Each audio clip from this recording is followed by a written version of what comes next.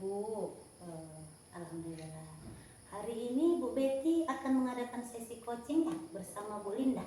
Iya Bu, benar sekali. Saya akan mengadakan sesi coaching bersama Ibu Linda hari ini. Baik Bu, kehadiran saya ini Bu untuk memberi dukungan terhadap kompetensi coaching yang ingin Ibu kembangkan ya Bu ya. Jadi maka dari itu saya akan mengamati proses coaching yang akan Ibu lakukan kepada Bu Linda. Apakah Ibu sudah siap untuk melakukan coaching? Siap Bu, terima kasih sudah bersedia menjadi pengamat saya saat sesi coaching nanti Bu. Baik Bu, sebelum Ibu memulai coachingnya, ada beberapa hal yang ingin saya jelaskan ya Bu ya. Dan nantinya saya juga akan bertanya kepada Ibu. Nah yang pertama itu Bu, saya akan menjelaskan dulu rubrik penilaian dari coaching yang akan Ibu lakukan nanti ya Bu ya. Kemudian baik Bu, poin yang kedua yang akan saya amati itu saat Ibu melakukan coaching nanti, yaitu saya akan melihat percakapan yang dilakukan sesuai alur cerita atau tidak. Kemudian kita tahu kan bahwa alur cerita itu terdiri dari adanya tujuan, identifikasi, kemudian adanya rencana aksi dan juga tanggung jawab. Selanjutnya saya juga akan mengamati apakah Ibu melaksanakan coaching sesuai dengan prinsip-prinsip coaching seperti membentuk kemitraan dengan coaching, kemudian menggali potensi ya kan, menggali potensi coaching ya dengan kreatif dan memaksimalkan potensinya. Jadi kompetensi coaching yang perlu diperhatikan adalah Bu, yang pertama itu alat presensi, yaitu kehadiran penuh. Kemudian mengajukan pertanyaan yang berbobot Bu ya. Kemudian itu mendengarkan secara aktif dan dengan rasa Bu ya, seperti menerima, memberi pertanyaan terbuka, merangkum pertanyaan dari coaching dan memberikan apresiasi kepada coach ya Bu ya. Jadi sudah jelas Bu rubrik penilaiannya? Sudah Bu, saya sudah paham. Kemudian Bu, kompetensi coaching apa yang akan Ibu kembangkan nanti? Saya akan berusaha Bu mengembangkan kompetensi penuh dengan mendengarkan aktif dan mengajukan pertanyaan-pertanyaan yang berbobot. Baik Bu, bagian mana yang secara spesifik yang ingin saya nilai? Yang dinilai nanti Bu tentang mendengarkan secara aktif dan mengerjakan pertanyaan-pertanyaan yang berbobot. Baik Bu, jadi kompetensi yang ingin saya nilai berarti mendengarkan aktif dan mengajukan pertanyaan yang berbobot ya Bu? Iya Bu, benar sekali. Kemudian indikator ketercapaian seperti apa yang ingin Ibu coachingkan? Yang pertama Bu, indikator ketercapaian yaitu mampu menyimak dan lebih banyak mendengar. Dan yang kedua, mampu mengajukan pertanyaan terbuka dan pertanyaan yang berasal dari pendengar. Baik Bu, jadi acara coaching nanti semoga berjalan lancar ya Bu ya? Iya Bu, iya. Selamat pagi Bu Betty. Selamat pagi Bu Linda. Bagaimana kabarnya Bu Linda? Baik Ibu, Ibu bagaimana? Alhamdulillah sehat Bu. Jadi Bu, ada keperluan apa ya Bu berjumpa dengan saya hari ini? Saya pagi ini mau bercerita tentang keadaan di kelas PAUD Sahaja ini. Iya Bu. Ada apa dengan PAUD Bu? Gini kan Bu, kita tahu ya kan Bu, namanya anak-anak kecil, pasti kita banyak tantangan dalam menghadapi tingkah laku mereka ya kan Bu. Terus juga saya merasa kadang-kadang mereka itu terlalu aktif dan sangat susah sekali untuk ditertibkan. Saya bisa membayangkan mengajar di PAUD itu Bu karena masih kecil ya Bu, memang penuh tantangan. Apa yang sudah, kira-kira apa yang sudah Ibu coba lakukan untuk membantu mereka supaya lebih fokus? Sudah pastinya yang saya lakukan itu sesuai dengan kegiatan anak-anak ya Bu ya, seperti bernyanyi, seperti bertepuk tangan, bermain. Tapi walaupun itu sudah saya lakukan, tetap aja anak-anak itu sepertinya cepat bosan gitu ya Bu ya, sehingga akhirnya tidak mau ikut kegiatan seperti itu Ibu.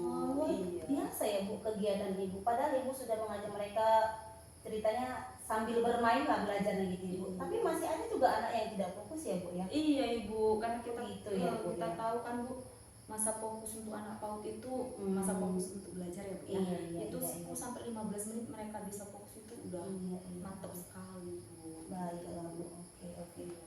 Itu langkah yang sangat baik Bu, menurut saya. Jadi kegiatan yang bermain itu memang sangat penting di usia mereka ya Bu ya. Jadi bagaimana kalau kita coba fokus pada teknik pengelolaan kelas yang bisa membuat suasana belajar lebih tersusun dengan rapi gitu lah Bu. Namun menyenangkan. Apa pendapat Ibu kira-kira mengenai hal tersebut? Saya tertarik sekali dengan ide Ibu Iya, itu Bu. ya.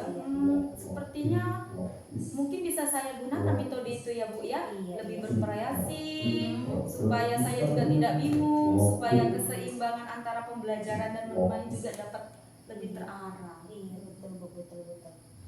Itu sebenarnya Bu hal yang umum dirasakan banyak guru.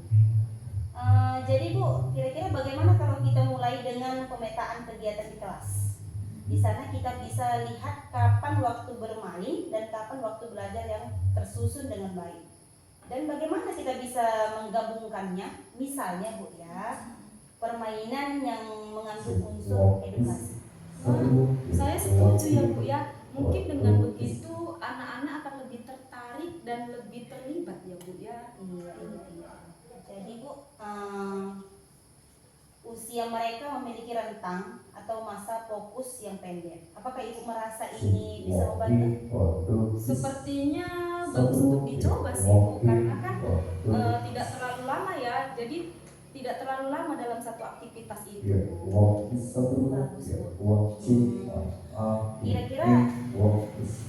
Kira-kira apa namanya Bu ya?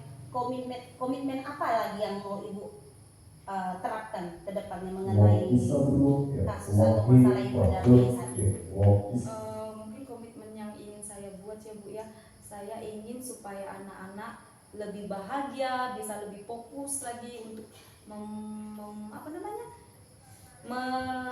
mengikuti kegiatan pembelajarannya di kelas seperti itu Ibu.